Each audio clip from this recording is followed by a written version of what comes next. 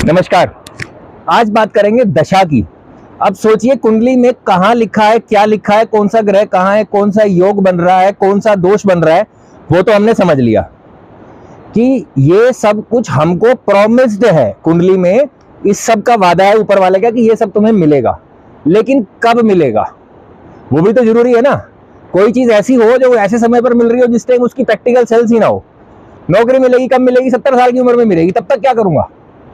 तो ये चीजें कि ये चीज होगी कब, हमें पता चलती है दो रास्तों से। एक है दशा, एक है गोचर, यानी कि ट्रांजिट। आज की डेट में कहां घूम रहा है, दोनों को मिला के देखा जाता है। आज दशा की बात करेंगे, इसके बाद जब और रिफाइन करना होगा और एक्यूरेट होना होगा तब ट्रांजिट पे जाएंगे। एक दो दिन में उसके बारे में भी वीडियो बनाऊंगा। तो अभी दशा की बात करते हैं। तो पहले तो ये समझिए कि जो भी ग्रह है उसका जो बेसिक नेचर है, जो उसका कारक तत्व है, वो तो उसने देना ही देना है अपनी दशा में। ठीक है, वो तो उसने देना है। अब उसके बाद साथ में पहले उसका बेसिक नेचर वो उसने देना है, उसके बाद वो कौन से घर में बैठा है, कहां उसकी दृष्टि है, किसका वो स्वामी है, वहां पे फल देना है, वो देखेंगे दशा से। अब दशा होता क्या है? दशा बेसिकली देखी चंद्रमा से जाती है। ठीक है, उसकी कैलकुलेशन अभी नहीं बताऊंगा क्योंकि वो बहुत लंबा हो जाएगा और उसकी जरूरत भी नहीं है, क्योंकि आजकल सारी ऐप, सारे सॉफ्टवेयर वो कैलकुलेशन करके दे देते हैं। तो इसको इससे मल्टीप्लाई करो, इतने से डिवाइड करो, लास्ट की डिजिट के महीने बन गए, इसके साल बन गए, इसका इतना हो गया, उसमें जाने की अभी हमें जरूरत नहीं है क्योंकि वो सॉफ्टवेयर फ्री में करके दे देता है, फ्री में अवेलेबल है हर जगह। होता क्या है, दशा एक पीरियड होता है टाइम का, उतने समय उस ग्रह का समय होता है कि वो ग्रह इस टाइम से इस टाइम तक एक्टिव रहेगा। ठीक है, यानी कि वो ग्रह अपने फल अपनी दशा के समय पे देगा, चाहे अच्छा देना है, चाहे बुरा देना है, चाहे किसी राजयोग का फल देना है, चाहे किसी दोष का फल देना है। कब फल देगा? जब उसकी दशा आएगी। इतना क्लियर? ठीक है। अब दशा कैसी, कितनी तरह की होती है? दशा बहुत तरह की होती है, हर जगह पे अलग अलग तरह की दशाओं का इस्तेमाल किया जाता है, अलग अलग तरह की दशाओं का कैलकुलेशन होता है। कई जगह पे आपने देखा होगा, लिखा होगा विंशोत्तरी दशा, कहीं आपने देखा होगा अष्टोत्तरी दशा, कहीं आपने देखा होगा योगिनी दशा। इन तीनों में एक बेसिक सा एक लाइन का फर्क बता देता हूं। एकदम ट्रेडिशनल किताबें जो हैं वो ये बोलती हैं कि अष्टोत्तरी दशा, अष्टोत्तरी विंध्याचल के, विंध्य माउंटेन्स के साउथ में एप्लीकेबल होगी। यानी कि जिसका जन्म विंध्य माउंटेन्स के साउथ में, यानी कि साउथ इंडिया में हुआ है, उसके ऊपर अष्टोत्तरी दशा एप्लीकेबल होगी। और जिसका जन्म ये, और मतलब वो वाला और है, इंग्लिश वाला और कि ओब्लिक, और जिसका जन्म पहाड़ों में, हिली रीजन्स में या पंजाब में, पंजाब एंड माउंटेनियस एरिया, यहां पर जिसका जन्म हुआ है उसके ऊपर योगिनी दशा एप्लीकेबल होगी। उसकी कैलकुलेशन जन्म स्थान से योगिनी दशा से की जाएगी। ठीक है, इसके अलावा बाकी जो प्लेन एरिया है उसकी कैलकुलेशन विंशोत्तरी दशा से की जाएगी। ये तीन तरह की मोस्ट कॉमन है, सबसे ज्यादा ये यूज होती है। कई जगह पे आपको चर दशा भी मिलेगा, वो चर दशा का अलग कंसेप्ट है, वो कभी जरूरत भी नहीं पड़ेगी उसकी, अभी बहुत आगे जाके जरूरत पड़ेगी, जब उस टॉपिक पे आएंगे तब उस पर डिस्कस करेंगे। तो ये तीन तरह की दशा हो गई। उसके बाद की जो रिसेंट बुक्स हैं, उसके बाद जो किताबें लिखी गई, और पुरानियों में भी कई जगह पे लिखा मिला गया कि कलयुग में विंशोत्तरी दशा सबसे ज्यादा एप्लीकेबल होगी। ठीक है, विंशोत्तरी दशा के लिए ऐसा कोई स्पेसिफिक रीजन नहीं दिया गया कि कहां पर एप्लीकेबल है। तो आज के समय में, क्योंकि मैं तो कुंडली किसी की दुबई की, किसी की ऑस्ट्रेलिया की, किसी की इंग्लैंड की, किसी की पता यूएस की, कहां की देखता हूं, तो कौन सी दशा से देखूंगा? तो सिर्फ विंशोत्तरी दशा पे लिखा है कि ये, ऐसी कोई स्पेसिफिक जगह नहीं बताई गई है कहां एप्लीकेबल है। इसलिए आज के समय में, और कलयुग भी होने के कारण, सबसे ज्यादा विंशोत्तरी दशा का इस्तेमाल होता है। विंशोत्तरी दशा यूज करना भी सबसे सिंपल है क्योंकि फिक्स्ड है उसमें टाइम पीरियड हर किसी का। जैसे कि टोटल जो इसकी दशाएं होती हैं सारे 9 ग्रहों की मिला के 120 साल की होती है। तो जब हम किसी की लाइफ की कैलकुलेशन करते हैं, लॉन्गिविटी, उसमें भी हम 120 साल मान के चलते हैं कि इंसान 120 साल जिएगा बाय डिफॉल्ट। उसके अलावा अलग अलग प्लेसमेंट, अलग अलग कॉम्बिनेशन से, किसी से प्लस इतना, किसी से माइनस इतना, किसी से प्लस इतना, किसी से माइनस इतना करके हम एक फाइनल फिगर पे आते हैं कि इस इंसान की जिंदगी इतनी है, इसमें जब ये ग्रह इस राशि में आएगा तब मृत्यु का समय आएगा, उसके अंदर जब ये गोचर होगा तो और प्रिसाइज हो जाएंगे। ऐसे करके हम कैलकुलेट करते हैं। मेडिकल एस्ट्रोलॉजी में इसका यूज किया जाता है। तो ये हो गई विंशोत्तरी दशा। 9 ग्रहों की दशा है, उनकी एक सीक्वेंस होती है पूरी 9 ग्रहों की। अच्छा हाँ, क्वेश्चन इस बार बड़े इंटरेस्टिंग आए हुए हैं, तो लास्ट तक देखना। एक क्वेश्चन है मोनिका मैम का, उनकी हमेशा आदत है, वो क्वेश्चन ऐसा पूछती है कि मुझे समझाने में 5 मिनट लगते हैं, कई बार तो पढ़ने में भी लगते हैं। खुद पढ़ना पड़ता है क्या है, तो उस पे लास्ट में आएंगे, तो लास्ट तक देखिएगा। तो इसकी ना एक सीक्वेंस होती है दशाओं की कि किस किस ग्रह की दशा आएगी। तो इसकी कॉमन सीक्वेंस है Mercury, Ketu, Venus, Sun, Moon, Mars, Rahu, Jupiter, Saturn. ठीक है, बुध, केतु, शुक्र, सूर्य, चंद्रमा, मंगल, राहु, बृहस्पति, शनि, ये इनकी सीक्वेंस है, इसी में चलते हैं। इसको इस सीरियल ऑर्डर में मत लीजिएगा, एक सर्कल है, तो इसका मतलब है शनि के बाद फिर से बुध, केतु ऐसे शुरू हो जाएंगे। तो ये गोल चक्कर में इस सीक्वेंस में चलती है, एक के बाद एक, एक के बाद एक, अपनी अपनी आती रहती हैं। कैलकुलेशन जन्म के समय एक बार कैलकुलेट किया जाता है कि अभी इसका जन्म कौन सी दशा में कितने समय पे हुआ है, उतनी जा चुकी, उसके बाद की हम सीरियल ऑर्डर में लिख देते हैं। जैसे लग्न कैलकुलेट होता है, उसके बाद की राशि हम सीरियल ऑर्डर में ऐसे गोल चक्कर में लिख देते हैं, ऐसे ही दशा भी लग्न के समय, जन्म के समय की कैलकुलेट होती है, उसके बाद की इनकी सीधी सीक्वेंस है, उसमें लिख दी जाती है। इनका टाइम पीरियड अलग अलग होता है। जैसे बुध की दशा होती है 17 साल की, 17 ईयर्स, केतु 7, शुक्र 20, सूर्य 6, चंद्रमा 10, मंगल 7, राहु 18, बृहस्पति 16, शनि 19। तो ये टोटल मिला के 120 साल बनता है। इन सबकी इतने इतने साल की दशा होती है। अब आप कहोगे कि अच्छा, तो मेरे जन्म में 19 साल तक शनि की चलती रहेगी लगातार? जी हाँ, चलती रहेगी। ये महादशा है, ठीक है। इसके अंदर और भी अंदर जब हम जाते हैं तो महादशा के अंदर आएगी अंतरदशा। तो अंतरदशा का भी सेम सीक्वेंस रहता है जो इसका है। जैसे कि केतु की दशा में अगर शुरू हुई है तो केतु के अंदर अंतरदशा भी सेम सीक्वेंस में चलेगी। सबसे पहले आएगी केतु केतु, फिर आएगी केतु शुक्र, केतु सूर्य, केतु चंद्रमा, केतु मंगल, केतु राहु, केतु बृहस्पति, केतु शनि, केतु बुध। और जब केतु बुध खत्म होगा तो उसके बाद केतु के बाद अगले शुक्र की आ जाएगी, वो फिर इसी सीक्वेंस में चलेगी। पहले शुक्र शुक्र, और उसके बाद फिर वही शुक्र सूर्य, शुक्र चंद्रमा, शुक्र मंगल, शुक्र राहु, बृहस्पति, शुक्र शनि, शुक्र बुध और शुक्र केतु। उसके अंदर फिर ऐसे चलेगी। जिसकी भी महादशा है उसके अंदर अंतरदशा आएगी, वो भी सेम सीक्वेंस में चलेगी। अंतरदशा कितने पीरियड की होगी? वो महादशा और अंतरदशा के लॉर्ड को मल्टीप्लाई करके, उसकी पीरियड मल्टीप्लाई करके, फिर डिवाइड करके, ऐसे कुछ करके उसका पीरियड आता है, वो उससे छोटा होता है। ऐसे ही अंतरदशा के अंदर फिर प्रत्यंतर दशा आएगी, वो भी इसी सीक्वेंस में चलेगी। मतलब उस एक महादशा के अंदर 9 ग्रहों की अंतरदशा है, ठीक है। उस एक अंतरदशा के अंदर 9 ग्रहों की प्रत्यंतर दशा है। उस एक प्रत्यंतर दशा के अंदर 9 ग्रहों की सूक्ष्म दशा है। उस एक सूक्ष्म दशा के अंदर पूरे 9 ग्रहों की प्राण दशा है। तो यहां तक भी होता है कुछ कॉम्बिनेशन में, जैसे दोनों ही ग्रह मान लो, कोई लगा लो आप, मान लो केतु और सूर्य की दशा है, तो 7 उसकी 6 उसकी, दोनों के पीरियड ही कम हो गए। तो जब ये मल्टीप्लाई होंगे उसके अंदर और छोटा जाते रहते, इस पे प्राण दशा पे या सूक्ष्म दशा पे जाके तो ये भी हो जाता है कि एक ही दिन में 2-2 बार चेंज हो रहा होता है। जब उनको बहुत एक्यूरेट टाइम किसी का निकालना होता है तब उसका इस्तेमाल किया जाता है, ठीक है। इतना तो क्लियर हो गया ना, थोड़ा सा ये कंटेक्चुअल था, डेटा ज्यादा था। लेकिन और क्या होता है, चलो ये तो दशा का हमें बेसिक सा पता चल गया। अब जब किसी ग्रह की दशा आएगी तो मैंने क्या बताया, सबसे पहले क्या करेगा वो ग्रह, अपने कारक तत्वों का फल देगा। जैसे कि जब बुध की दशा आएगी, ठीक है, महादशा की बात कर रहा हूं मैं, अंतरदशा की भी कर रहा हूं। प्रत्यंतर दशा में उतना एप्लीकेबल नहीं होता, पर प्रत्यंतर दे सकते हैं। उसके आगे मत जाना, मतलब सूक्ष्म दशा प्राण दशा पे मत जाना, ज्यादा से ज्यादा प्रत्यंतर दशा तक, उसके आगे मत जाना। रिजल्ट क्योंकि महादशा अंतरदशा के होते हैं, ठीक है। उसके आगे की दशाएं सिर्फ ये बताती हैं कि इसका टाइम कब है, रिजल्ट नहीं होता है। रिजल्ट सिर्फ महादशा अंतरदशा का होता है। तो बुध की दशा आएगी ना, तो बुध के जो बेसिक ट्रेट्स हैं, जैसे कि नेटवर्किंग, आपकी दोस्ती बहुत होने लगेगी, आपकी कम्युनिकेशन अच्छी होने लगेगी, ठीक है। आप कुछ नया सीखने का आपका मन करेगा। बुध की दशा पे आप देखेंगे, जिसकी भी जो भी दशा चल रही है ना अभी, वो तो आपको दिख ही जाएगा कुंडली में। जहां भी कुंडली में होगी उसमें कहीं दशा लिखा होगा, दशा पे देखेंगे तो दशा में आपके सामने कुछ डेट्स लिखी आएंगी। ऐसे एक कॉलम होगा सिर्फ डेट का, टू एंड फ्रॉम नहीं लिखा होगा, फ्रॉम टू नहीं होगा, उसमें सिर्फ एक कॉलम होगा, डेट लिखी होगी। वो डेट, वो दशा खत्म होने की है, ठीक है। तो आज की डेट के बाद की जो भी नियरेस्ट डेट हो ना, उस पर क्लिक कीजिएगा, वो चल रही है आपकी दशा, वो खत्म होने की दशा है, पीरियड है। शुरू कब हुई, उसके ऊपर वाली जो डेट लिखी है उससे शुरू हुई, सिंपल। अगर बिल्कुल ही पहले वाली है तो आपकी जन्म की तिथि से शुरू हुई, ऐसे होता है। तो जब बुध की दशा आएगी, आप नेटवर्किंग लर्निंग में बहुत ज्यादा इन्वॉल्व होंगे, ठीक है। दोस्ती कर रहे हैं, खुश रह रहे हैं, लोगों से मिल रहे हैं। उसके बाद आएगी केतु। केतु आते ही क्या करेगा, उसके बाद वही दोस्त जिनके साथ आप बहुत ज्यादा इन्वॉल्व थे, बहुत बढ़िया दोस्ती चल रही थी, रोज मिल रहे थे, अब वो दोस्त आपको फोन करेंगे तो आप बोलोगे यार मन नहीं है। केतु का सिंपल सा काम, मन नहीं है। स्पिरिचुअलिटी में मन लग सकता है, ऑकल्ट में, ज्योतिष में मन लग सकता है, मेडिटेशन में मन लग सकता है, लेकिन नॉर्मली सांसारिक चीजों की बात कर रहा हूं, उसमें केतु की दशा आते ही आप बोलेंगे नहीं करना, छोड़ दो, मन नहीं है।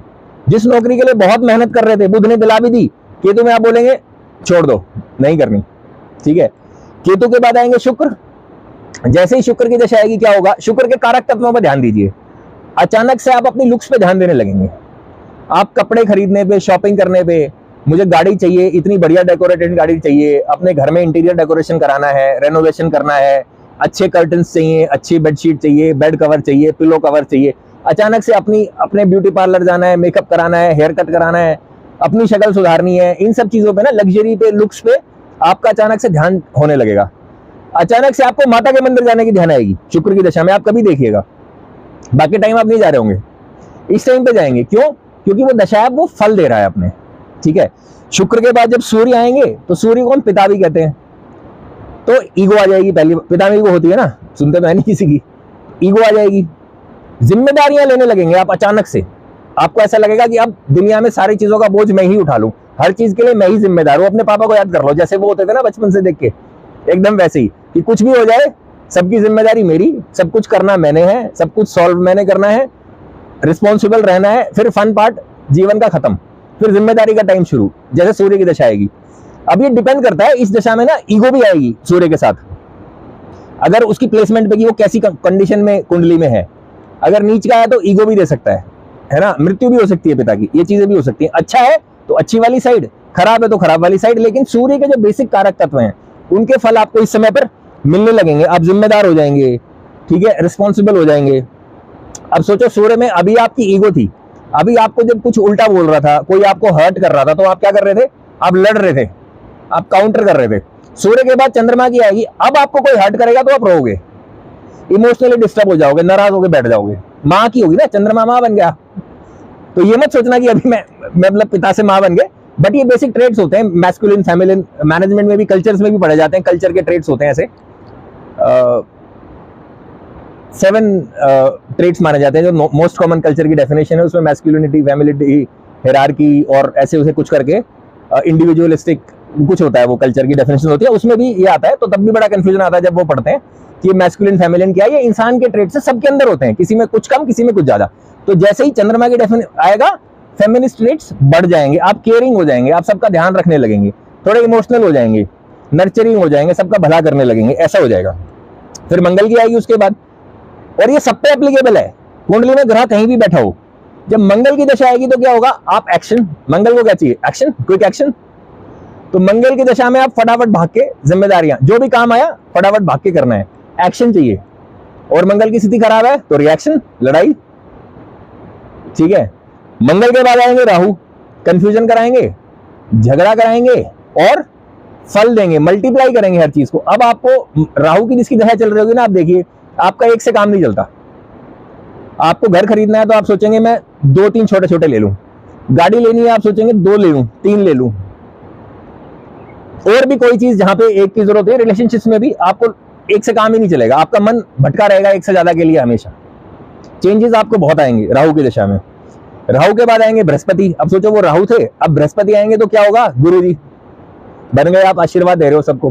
कोई कुछ कर दे माफ, कोई कुछ कहे माफ।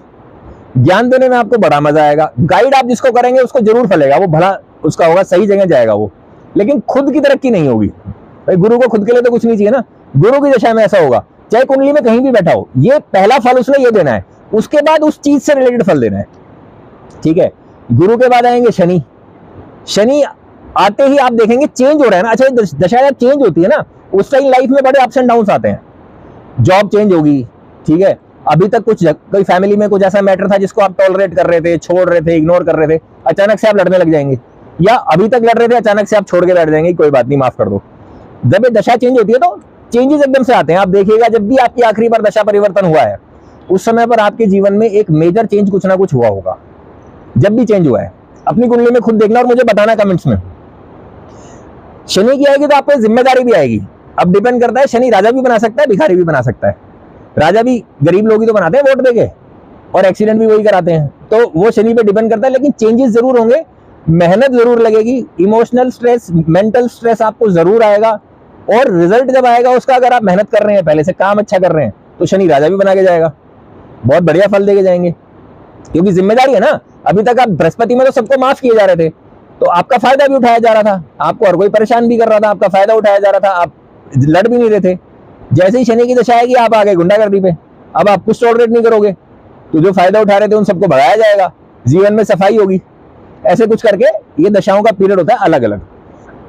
अब जब हमें किसी का देखना है कि ये ग्रह फल कब देगा, तो कब देगा, जब उसकी दशा आएगी। और अगर उस चीज के लिए सपोज शादी कब होगी या नौकरी कब होगी, उस चीज में आपको दिख रहा है 2 या 3 ग्रह इन्वॉल्व है, एक वहां पे बैठा हुआ है, एक 2 की उस पर दृष्टि पड़ रही है, एक उसका स्वामी है।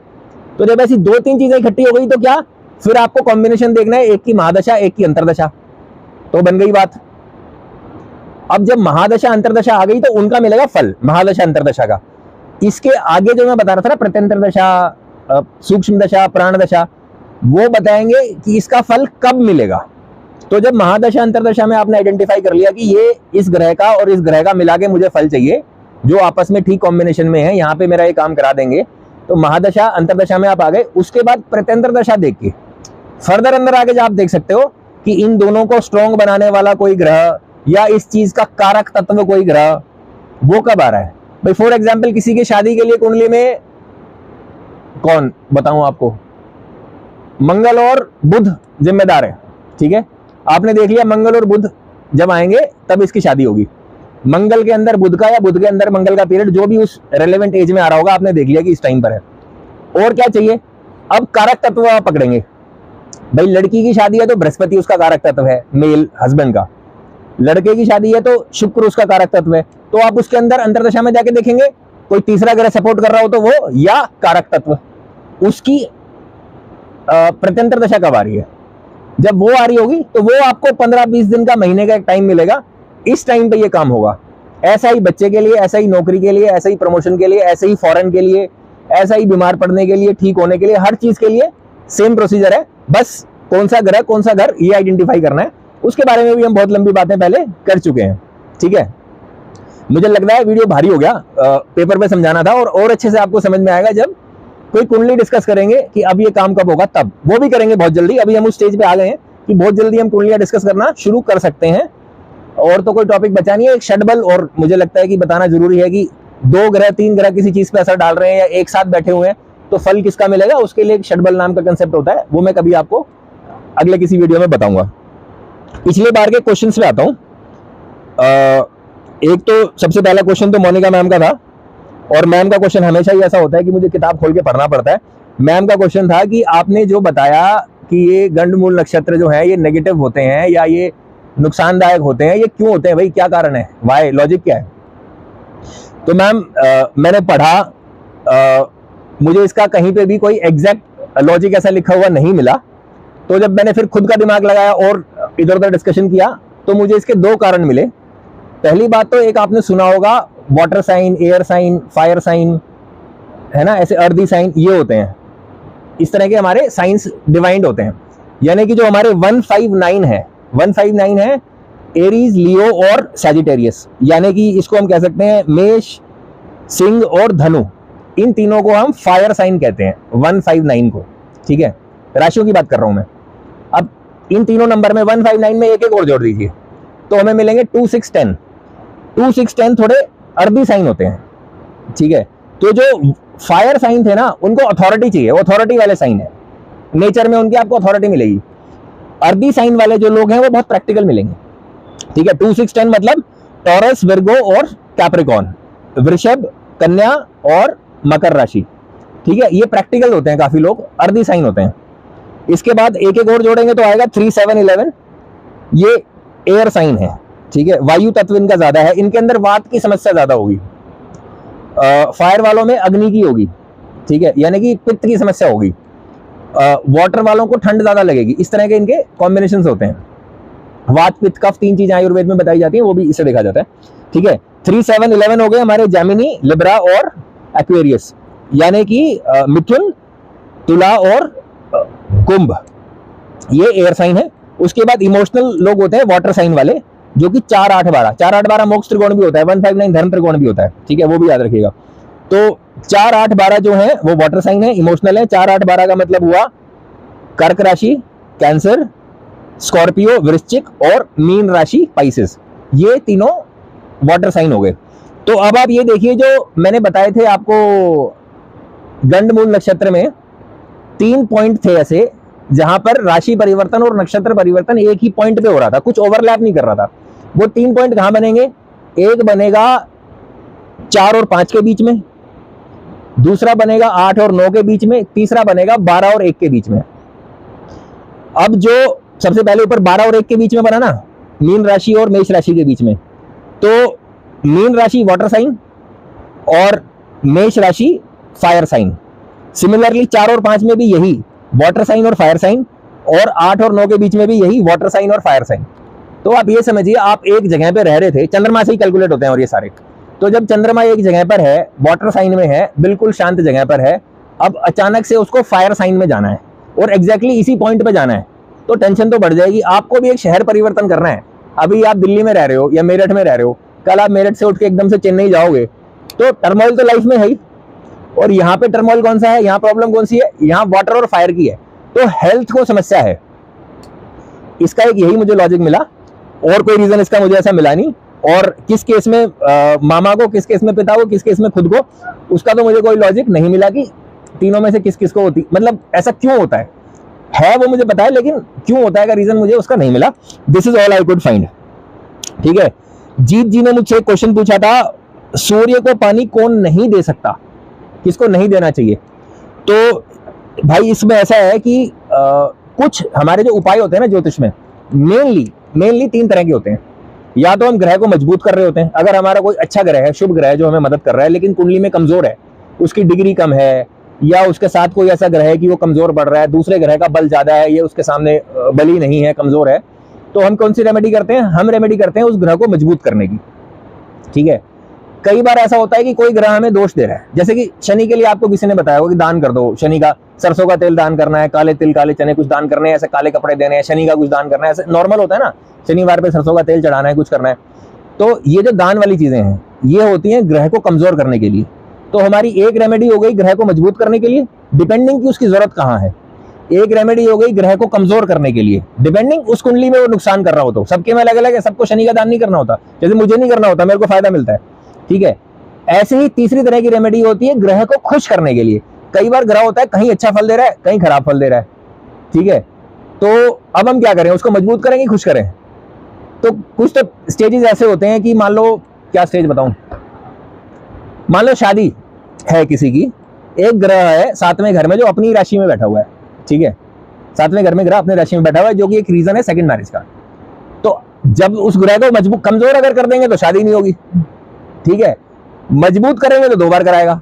तो ऐसे में हम क्या करते हैं, अभी उसका कुछ नहीं करना है, जब शादी हो जाएगी उसके बाद उसको कमजोर करना शुरू करना है, ताकि वो सेकंड की तरफ ना ले जाए, यही चल जाए। तो कुछ कॉम्बिनेशन उस तरह के होते हैं। कुछ होते हैं जब हमें उस ग्रह को सिर्फ खुश करना होता है, ऐसा बीच का पीरियड नहीं आ रहा। मान लो कोई वेल्थ और चिल्ड्रन को इकट्ठा इफेक्ट कर रहा है, तो अब वेल्थ बढ़ाओगे तो बच्चों पे भी नुकसान करेगा, या ऐसे कुछ कॉम्बिनेशन बन रही है, तो ऐसा भी कई बार होता है। तो उस केस में हम ग्रह को खुश करते हैं, जो कि बहुत अच्छी रेमेडी है। जितनी रेमेडीज है मंत्र उच्चारण करने की, जैसे कभी भी आपको कोई बता देगा, अपने महादशा अंतरदर्शन जोड़ के मंत्रों का जाप कर लो, एक तुलसी माला खरीद लो, 40-50 रुपए की आएगी, 108 मंत्र रोज जाप कर लो महादशा अंतरदशा वाले लॉर्ड्स के।